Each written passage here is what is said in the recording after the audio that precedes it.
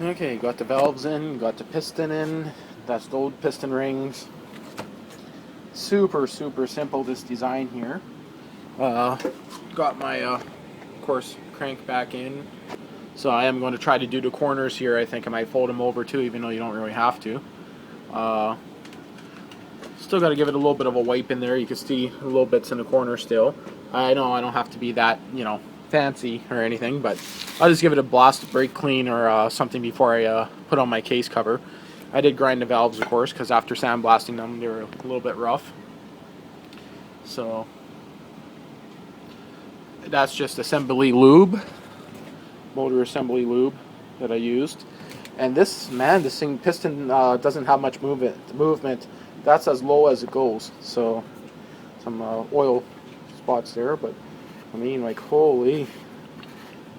And I already checked. Valves are perfectly in spec. I don't have to grind them down or anything like that.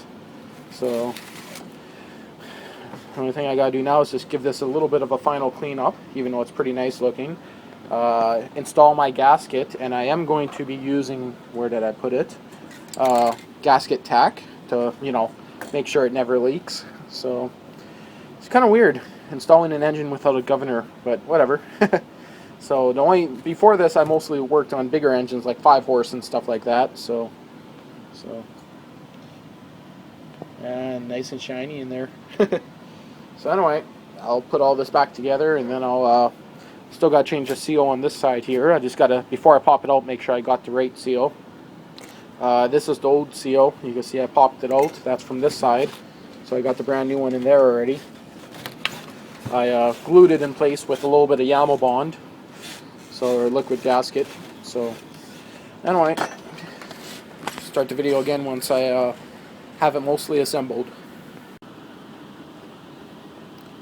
Okay, so good thing I checked with this seal. It's actually such a tiny bit. I'll line it right to the end on this side. You can see it's such a tiny bit difference, so it's about 0.5 millimeter difference, just a cunt hair difference.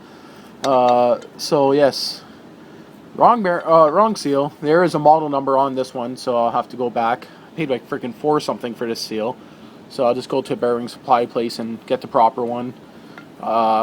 It's not too big of a deal. I can change this after once the motor is assembled. So, and it wasn't leaking here either by the looks of it. The seal looks to be in pretty nice shape. Just means I gotta, clean it up a little bit, make sure it's good.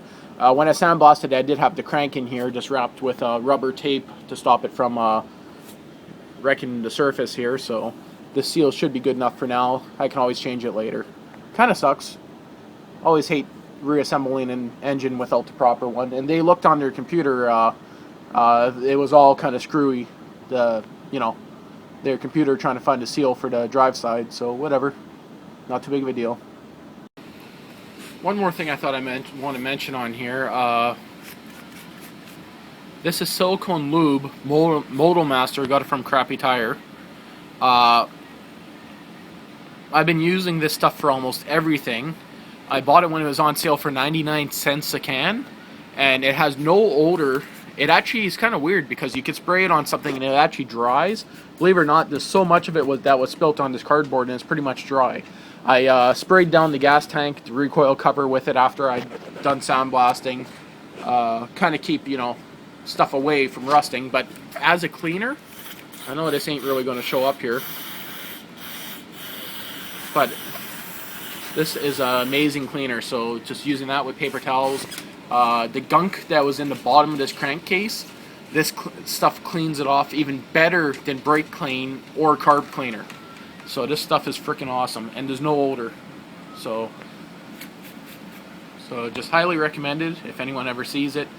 Of course, if you can ever find it as cheap as I did, it's amazing. And believe it or not, there's not much pressure behind that can, as you can see. It goes a long way.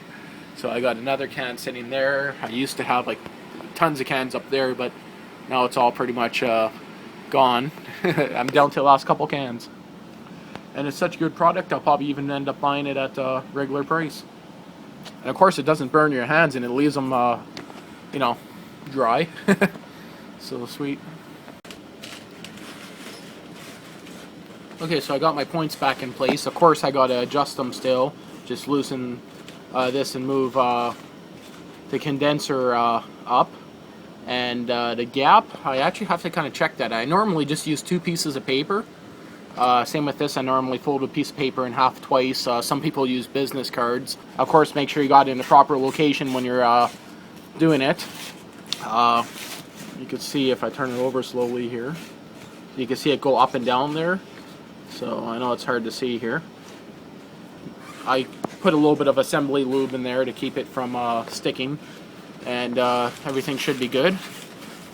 So I'll get that adjusted. I just kind of wanted to show this before I do it, just for the hell of it.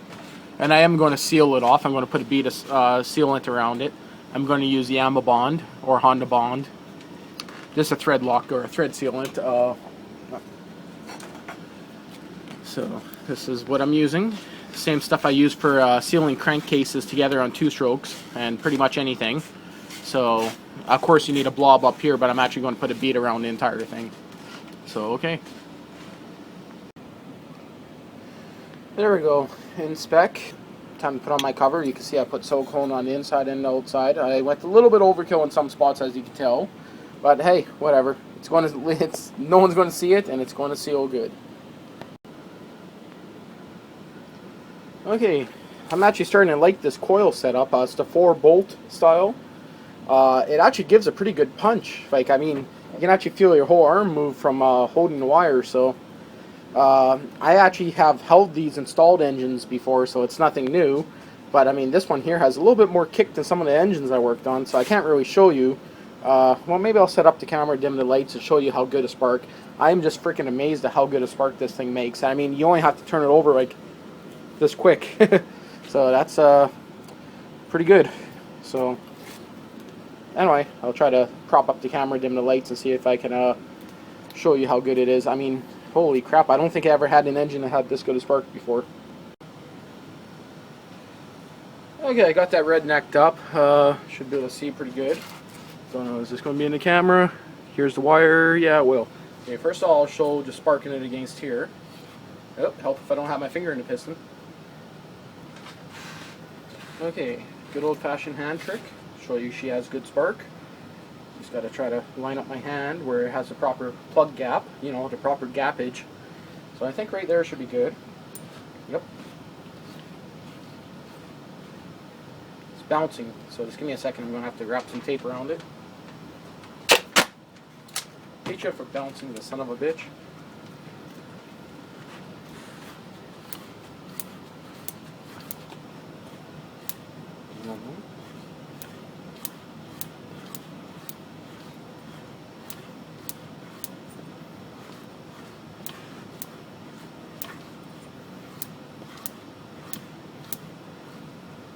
Well, I'm starting to leave a little bit of cut on my hand there. So, don't know if that showed up at all, but turn back on the lights here. But she has some pretty decent spark. Turn back on this light. Had my taped iPhone up there. So you can see she has some pretty good spark. You can actually see a white spot on my hand. That's where I was getting the shock, the white spot. Right in, I can't really show you, but it's right there. That's from the jolt. I was actually shocking myself for a while with it, making sure it had a constant, steady spark, which it does. So, a little bit top heavy right now. I almost lost it off the bench. So, well, I guess I can finish assembling everything. Put on the head now. I still got to tighten up the flywheel assembly. That's just kind of finger tight right now. So, and then well, I got my gap already set here. Now if you look at this wire here, it's just wrapped around here. So I'm going to take a ball of solder it on. But I'm thinking I might just use a different spark plug boot. I'm not too sure yet. That's one heavy duty coil, so I don't really want to get rid of that. Don't know if they make them as good as that anymore. So that one there gave a pretty good feeling to my hand. So anyway. And one more time, when you're reassembling your ratchet, you will want to leave that dry, or some kind of dry lithium grease. Myself, I just leave them dry. Do not ever put grease in there, because then your balls will stick up in the end. And of course that will cause issues. So Again, I just leave it dry. You could always give it a light spray of some kind of light duty oil and probably have luck. But if it's all clean, you shouldn't have to worry about anything. So it's a little bit of grime left up in there, but I'm not too worried about it because I have plans to actually take off this entire mechanism and put a pulley on the front. So anyway, just thought I'd kind of mention that because I see a lot of people installing them wrong and screwing up shit. Sweet. Okay, so I got my gasket ready to go on.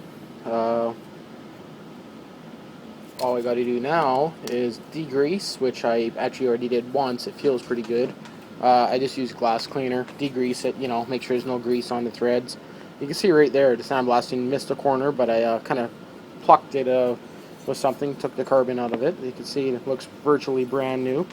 A little bit of dirt where the spark plug was in. I could have removed the spark plug if I wanted to, but then, could have did damage to the threads. I'm thinking I'm going to make this into a micro generator, 12-volt generator, so I'm going to use a 2-horse engine and then a starter alternator off a lawn tractor, or I'm even thinking a golf cart. So that'd give me 20 amps or so charging capacity, and of course the starter motor would be more than enough to turn over this little tiny engine. So now I'm just wondering what gear reduction I want to do. I could just go direct drive, but then I don't think it's going to spin fast enough. I'll have to kind of do some research, find out what RPM range the generator is made to run into, or run up to, I guess. And I was looking at a couple golf cart generators that are bi-directional on eBay, and they start at about $100, but those are generic cheap Chinese knockoffs. I have seen some actual true Hitachis. Well, they say they're Hitachi. Who knows if they truly are? And those ones are about $140 or so shipped. So I might even end up going that route. So not too sure yet. It would be kind of nice to use a starter generator and just be able to start it by pressing a key. The other option is just a standard alternator, but of course I can't use any car alternators. I'll have to find something around a 35 amp or something a bit smaller because 2-horse won't be nowhere near enough, of course, to power 65, 70 amp alternator. So anyway, that's just thought I'd kind of mention that, seeing I'm just zoning out and kind of waiting a bit, thinking what I want to do next.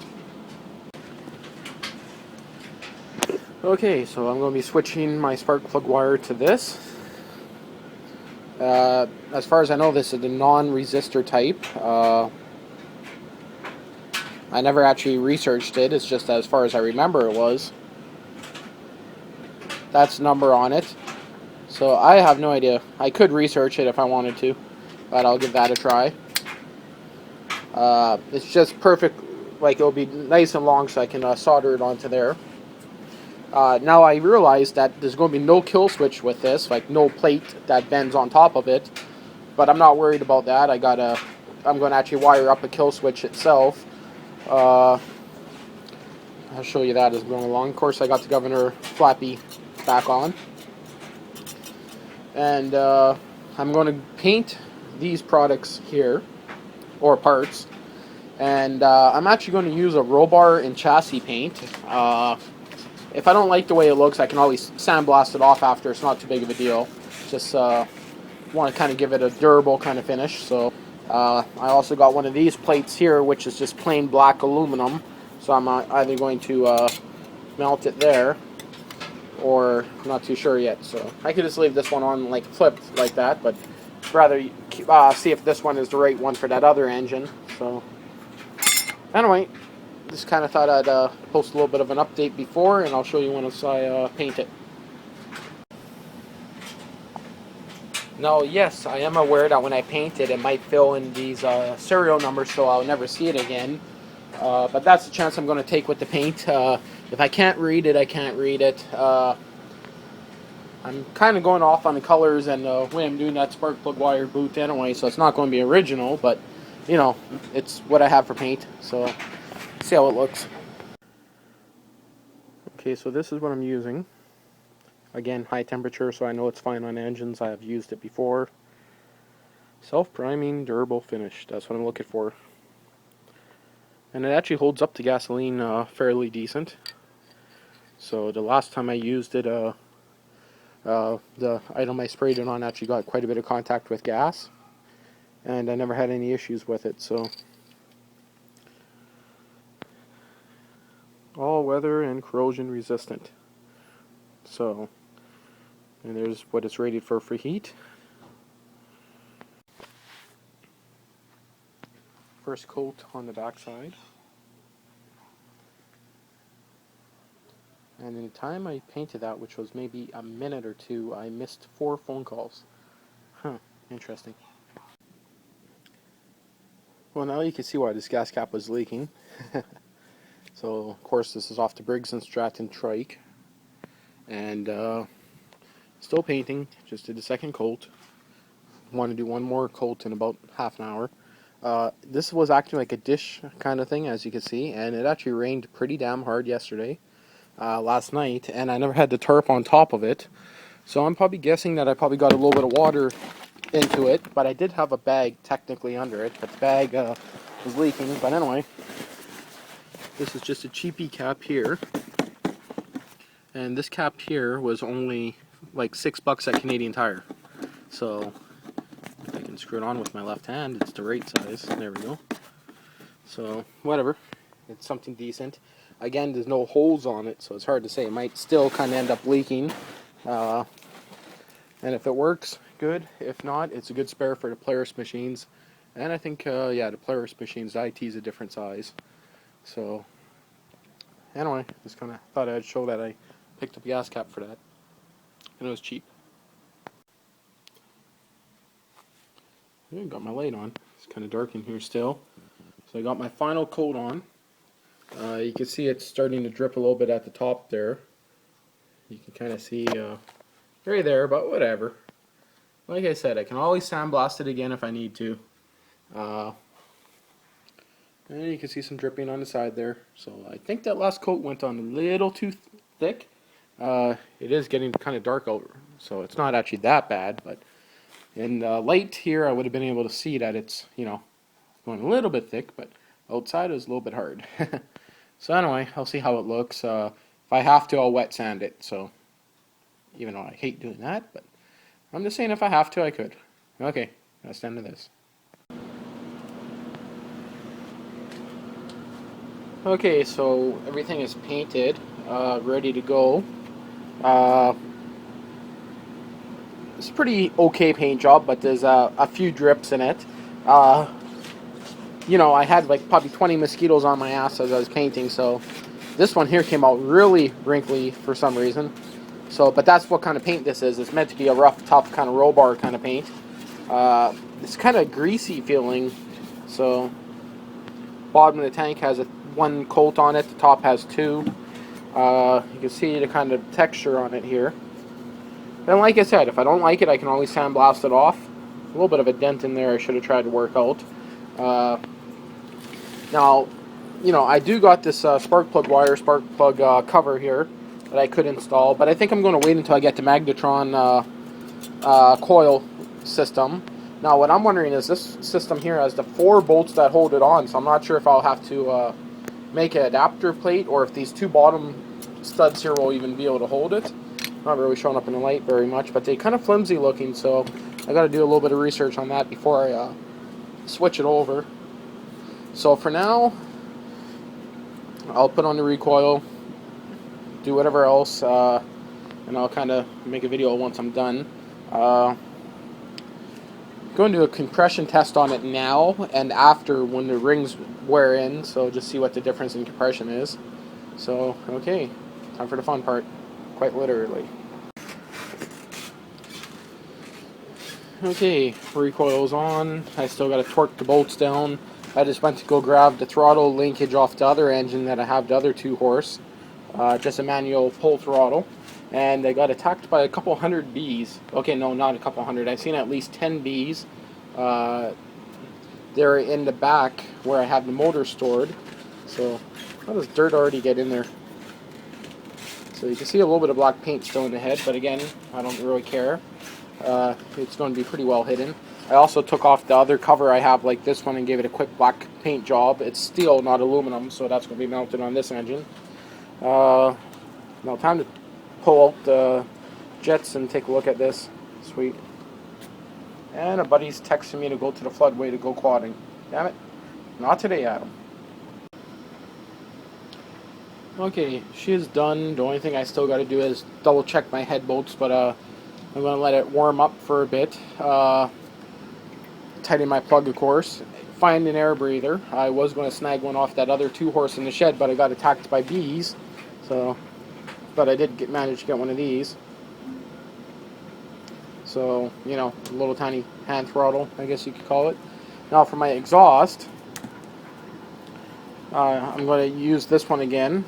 I just want to wait till I get some sealant. I got muffler cement, but it's outside. Unless I got some up in there somewhere, I have no idea.